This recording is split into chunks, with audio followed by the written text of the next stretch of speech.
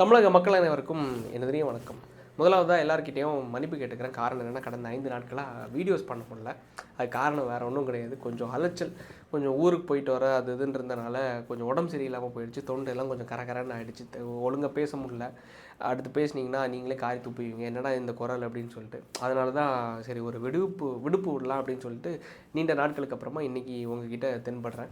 Like இந்த விஷயத்தில் இன்றைக்கி காலில் ஒரு முக்கியமான ஒரு ஃபோன் கால். வேறு யாரும் கிடையாது, என்னோடய நண்பர் பரத்ன்னு சொல்லிட்டு செக்குலர்னு சொல்லிட்டு ஒரு சேனலில் பேசிகிட்டு இருக்காப்புல என் ஃப்ரெண்டு.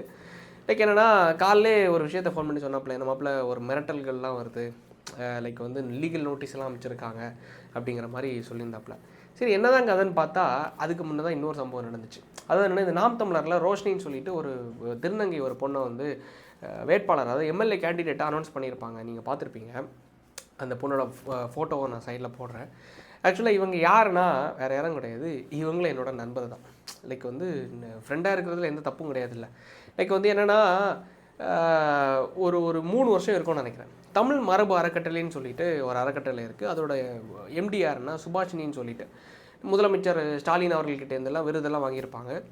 இவங்க சில ஃப்ராடு வேலை பார்த்தாங்க அப்படின்னு சொல்லிட்டு, அதாவது ஃப்ராடு வேலைனா என்னென்னா, நம்மளோட ஓலைச்சுவடிகள் இருக்குல்ல, தமிழ் ஓலைச்சுவடிகள் எல்லாம் டிஜிட்டலைஸ் பண்ணுறேன்னு பேரில் எல்லாத்தையுமே ஃபோட்டோ எடுத்து வெளிநாடுகளுக்கு விற்கிறாங்க அப்படிங்கிற வேலைகள், சில லீலைகள் வந்துச்சுன்னு சொல்லிட்டு சில கேள்விகளை அடுக்கிறதுக்காக எழுப்புறதுக்காக நான் இவங்ககிட்ட இன்டர்வியூவுக்கு போயிருந்தேன்.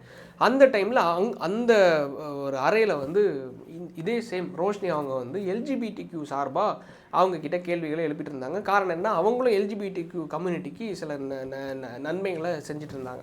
சில ஒரு சர்வீஸ்ன்னு வச்சுக்கோங்களேன், பண்ணிகிட்டு இருந்தாங்க. ஸோ அது மூலமாக எனக்கு இவங்கள தெரியும். அப்போ என்னென்னா, நான் இன்றைக்கி காலையில் தான் இவங்ககிட்ட கேட்டிருந்தேன் கால் பண்ணி, என்ன ரோஷினி உங்களை வந்து கேண்டிடேட் அனௌன்ஸ் பண்ணியிருந்தாங்களா, நாம் தமிழர் கட்சியிலேருந்து உங்களை அணுகியிருந்தாங்களா, இல்லை பயன்படுத்தியிருக்காங்களா அப்படின்னு கேட்கும்போது, இல்லை பிரதர், நான் ஒரு 10 வருஷமாக நான் தன்னிச்சையாக சோஷியல் ஒர்க் பண்ணிகிட்ருக்கேன். ஆனால் என்னென்னா, இப்போ தான் நாம் தமிழர் கட்சியிலேருந்து அழைச்சி தான் அவங்க தான் என்னை கூப்பிட்டு, நான் உங்களை ஒரு கேண்டிடேட்டாக நான் உங்களை அனௌன்ஸ் பண்ணுறதுக்கு நாங்கள் விருப்பப்படுறோம், நீங்கள் விரும்புகிறீங்களான்னு கேட்டதுக்கு யார் வேணான்பா. சரி இவங்களும் ஓகேன்ட்டாங்க. இதுதான் ஆக்சுவல் ஃபேக்ட். நாம் தமிழர் கட்சி இதுக்கு முன்னாடி எல்ஜிபிடி கம்யூனிட்டிக்கு இந்த விஷயத்துக்கு கம்ப்ளீட்டாக எதிராக இருந்தாங்க, திருநங்கைங்களுக்கு இந்த மாதிரி விஷயங்களுக்கு. ஸோ அதுக்கு அடுத்ததாக இப்போ வந்து பயன்படுத்தியிருக்காங்க அப்படிங்கிற ஒரு விஷயம் வரும்போது பல ஒரு விமர்சனங்கள், கிரிட்டிசிசம் வந்துச்சு. என்ன கிரிட்டிசிசம்னா, இந்த பொண்ணு வந்து ஒரு ஆபாச நடிகை, இவங்க வந்து ஒரு குத்தாட்டம் போடுறவங்க அப்படிங்கிற மாதிரி. நான் என்ன கேட்குறேன், உண்மையிலேயே இவங்களை கேள்வி கேட்குறதுக்கு ஒரு பயலுக்கும் ரைட்ஸ் கிடையாது. காரணம் என்னென்னா, அவங்க தனிப்பட்ட வாழ்க்கையில் அவங்க பாட்டுக்கு ஒரு பர்சனல் லைஃப்பில் போயிட்டு இருந்த டைமில் நாம் தமிழர் கட்சி தான் அவங்கள அப்ரோச் பண்ணி அவங்கள வந்து லைக் என்ன சொல்கிறதுனா எம்எல்ஏ கேண்டிடேட்டாக அனௌன்ஸ் பண்ணியிருக்காங்க. ஆனால் இங்கே ஒரு ஆளுங்கட்சி டிஎன்டிஐபிஆர்னு சொல்லுவாங்க. அதாவது என்னென்னா, தமிழ்நாட்டோட கல்வித்துறையோட ஒரு விழிப்புணர்வுக்காக, ஒரு அவேர்னஸ்க்காக ஒரு வீடியோ ஒன்று வந்துச்சு. நீங்கள் பார்த்துருப்பீங்க. அதாவது என்னென்னா, அதுலேயும் ஒரு ஆபாச நடிகை. இதாச்சும் அவங்க வந்து ஒரு பர்சனல் லைஃப்பில் எடுத்த ரீல்ஸ் ஒரு விஷயத்த அந்த டைமில் யாருக்கு தெரியும், நம்ம கேண்டிடேட்டாக ஆக போகிறோம், நம்ம வந்து மக்களுக்கு வந்து பணி செய்ய போகிறோம் அப்படிங்கிறது யாரும் எதிர்பார்த்துருப்பாங்க? யாருமே ஒரு பயில எதிர்பார்த்துருக்க மாட்டாங்க. ஜஸ்ட் ஏதோ சும்மா ஒரு ஃபண்டுக்கு நம்ம பண்ணுவோம் அப்படிங்கிற மாதிரி அவங்க பண்ண ஒரு விஷயத்த இன்றைக்கி வந்து பேச்சு பொருளாக பெரிய லெவலில் போயிடுச்சு.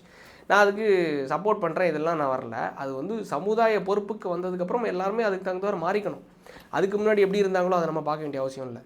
ஆனால் இன்றைக்கி களத்தில் இருக்கிற ஒரு கட்சி, அதிகாரத்தில் இருக்கிற ஒரு கட்சி ஒரு ஆபாச நடிகை ஒருத்தவங்களை கூட்டு வந்து, நான் அதை சொன்னேன்ல, அந்த பழைய கதைகளுக்கு ரிவைன் பண்ணலாம். என் ஃப்ரெண்டு கால் பண்ணான்னு சொன்னேன்ல, பரத்ன்னு சொல்லிட்டு. அவனுக்கு வந்து காலில் ஒரு ஃபோன் கால், அது எனக்கு கால் பண்ணி, மாப்பிள்ளை இந்த மாதிரி ஒரு லீகல் நோட்டீஸ் ஒன்று அனுப்பிச்சி விட்ருக்காங்க, ஷர்மி யூனிவர்ஸ்ன்னு சொல்லிட்டு லைக் ஒரு அக்கௌண்ட் இருக்குது. அதாவது இந்த ஷர்மி என்கிற இந்த பொண்ணு தான் டிஎன்டிஐபிஆர்லேருந்து தமிழ்நாட்டில் கல்வித்துறைக்கு இந்த பிள்ளைங்களுக்கு ஒரு அவேர்னஸ் க்ரியேட் பண்ணுறதுக்காக, லைக் ஒரு கேன்சர் ரிலேட்டடான ஒரு அவேர்னஸ்ன்னு நினைக்கிறேன், அந்த அவேர்னஸை க்ரியேட் பண்ணுறதுக்காக என்ன பண்ணியிருக்காங்க, கல்வித்துறையிலேருந்து பேமெண்ட் கொடுத்து இந்த பொண்ணை வந்து நடிக்க வச்சுருக்காங்க. அழகாக சேல் எல்லாம் கட்டி நீட்டாக ஒரு ரீப்ரொடக்டிவ் சிஸ்டம் அதெல்லாம் இப்போ வரைஞ்சி அதில் வந்து பாடம் எடுக்கிற மாதிரி எடுத்திருந்தாங்க. ஸோ அந்த வீடியோலாம் நீங்கள் பார்த்துருப்பீங்க. அதில் எந்த மாற்று கருத்தும் இல்லை. அதுக்கு பின்னாடி அதோட பேக்ரவுண்ட் என்னென்னு செக் பண்ணால் தான் தெரிய வர்றது என்ன தெரியுமா, அந்த வீடியோ நான் இந்த பக்கம் ப்ளே பண்ணுறேன். உண்மையிலே அப்போ தான் எனக்கு தெரிஞ்சு, நல்ல வேளை மாப்பிள்ள நம்மளுக்கு 18 வயசு ஆகிடுச்சு, இல்லைனா போலீஸ் வந்து தூக்கிட்டு போயிருப்பாங்க அப்படின்னு சொல்லிட்டு. இல்லை நான் அதை ப்ளே பண்ணால் அதுக்கு அடுத்தது நமக்கு தேவையில்லாமல் காப்பிரைட் இஷ்யூ அது இதுன்னு தேவையில்லாமல் விஷயங்கள் நம்ம ஃபேஸ் பண்ண வேண்டியது வரும். காரணம் என்னென்னா, எந்த ஒரு இடத்துக்கு நம்ம வழி வச்சு கொடுத்துடக்கூடாது. என்ன விஷயம்னா, லைக் வந்து இவங்களை பற்றி நான் பேசினதுக்காக இந்த மாதிரி கால் பண்ணி மிரட்டுறாங்க, லைக் வந்து உன்னை உண்டு இல்லைன்னு பண்ணிடுவேன், என்ன இந்த மாதிரி இந்த பொண்ணை பேசிகிட்டு இருக்கா, அது வந்து வாழ்வாதாரத்துக்காக இந்த மாதிரி நடிக்குது, வாழ்வாதாரத்துக்காக இந்த மாதிரி பண்ண ஒரு விஷயத்த நீங்கள் இப்படி பண்ணலாமா பேசலாமா அப்படின்னு சொல்லிட்டு நான் என்ன கேட்குறேன்னா, சரி வாழ்வாதாரத்துக்காக ஒருத்தவங்க பண்ணுறாங்க, அந்த தொழிலை பண்ணுறாங்க அப்படிங்கிற ஒரு பட்சத்தில் இன்ஸ்டாகிராமும் அதுக்கு ஒரு வழி வச்சு கொடுக்குது. இன்ஸ்டாகிராமில் நீங்கள் சப்ஸ்கிரிப்ஷன் ஒரு மெத்தடுக்குள்ளே போகும்போது அந்த பொண்ணு கிட்டத்தட்ட 326 பேர் 399 ரூபா வச்சு மாதம் மாதம் பே பண்ணி தன்னோட ஸ்கில்லை வெளிப்படுத்திட்டு இருக்காங்க. ஆல்ரெடி நீங்கள் பார்த்துருப்பீங்க, தமிழ் வாணின்னு சொல்லிட்டு ஒரு 5 மாதத்துக்கு முன்னாடி ஒரு ஸ்கூலில் வந்து ஒரு பொண்ணு வந்து ஆபாச நடிகை ஓப்பனாக அவங்க லைக் அந்த மாதிரி பணியில் ஈடுபடுறவங்க தான். அவங்க என்னென்னா அவங்களும் சேம் சப்ஸ்கிரிப்ஷன்லாம் போட்டு இந்த மாதிரி எனக்கு அதை காட்டணும்னா இதை காட்டணும்னா அதை பார்க்கணுன்னா அவங்க நீங்கள் இவ்வளோ பே பண்ணுங்கள் அப்படிங்கிற மாதிரி காணிக்கிறவங்க. ஸோ அவங்களையும் கூப்பிட்டு வந்து சீஃப் கெஸ்ட்டாக உட்கார வச்சாங்க. செகண்ட் திங் வந்து ஸ்கூலில் பள்ளியில் எல்லா மாணவர்களுக்கு முன்னாடி சிறப்பு விருந்தினராக உட்கார வச்சது இந்த பள்ளிக்கல்வித்துறை. இப்போ என்னென்னா பள்ளிக்கல்வித்துறையோட ஒரு அஃபிஷியல் அட்வர்டைஸ்மெண்ட்டில் டிஎன்டிஐபிஆரோட அஃபிஷியல் சேனலில் இங்கே ஷர்மின்னு சொல்லிட்டு இந்த ஆபாச நடிகையை வச்சு ஒரு அவேர்னஸ் விழிப்புணர்வு வீடியோ ஒன்று எடுத்திருக்காங்களா. என்ன கர்மண்டாக எடுத்து வச்சுருக்கீங்க. அதாவது என்னென்னா ஒரு புள்ள அதை பார்க்குதுன்னு வச்சுக்கோங்களேன், இந்த மாதிரி ஒரு நியூஸ் எல்லாம் இப்படி பரவலாக ஓடும்போது யாரா இது, இந்த மிஸ் யாரோ நம்ம வீடியோவில் பார்த்துமே ஒரு டீச்சர் ஒருத்தங்களை பார்த்துமே யாருன்னு சொல்லிட்டு தேடி பார்க்கும்போது இந்த கர்மத்தை எல்லாம் இந்த வீடியோ இந்த ஆபாசத்தெல்லாம் பார்த்தா அந்த புள்ள படிக்குமா இல்லை வேறு ஏதாவது பண்ணுமா? அதாவது அதுக்கான வழியில் கொண்டு போய் சேர்க்குறாங்களா இல்லை வேறு ஏதாவது வழியில் கொண்டு போய் சேர்க்குறாங்களா? அதாவது இப்போது நிமிஷத்துக்கு நிமிஷம் கண்டிஷனை ஃபாலோ பண்ணுங்கள், இல்லை வந்து ஒரு ஒரு பெண் குழந்தைங்க ஆண் குழந்தைங்களுக்கு மத்தியில் இந்த பாலியல் அத்துமீறல்கள் எதுவும் வரக்கூடாது, அது ஒரு ஒரு அந்த ஒரு பாலினம் வேற்றினமே இருக்கக்கூடாது அப்படிங்கிற ஒரு விஷயத்தை நீங்கள் பேசிகிட்டே வரீங்கல்ல, திராவிட முன்னேற்ற கழகம் வச்சுட்டே இருக்கீங்கல்ல. பெண்களுக்கான ஒரு ஒரு ஒரு பாதுகாப்பான ஒரு மாநிலமே தமிழ்நாடு தான் அப்படின்னு சொல்லிட்டு நேற்று கூட முதலமைச்சர் ஸ்டாலின் அவர்கள் பேசினார். எப்படி வெக்கங்கட்டு பேசுனாங்கன்னு எனக்கு தெரில.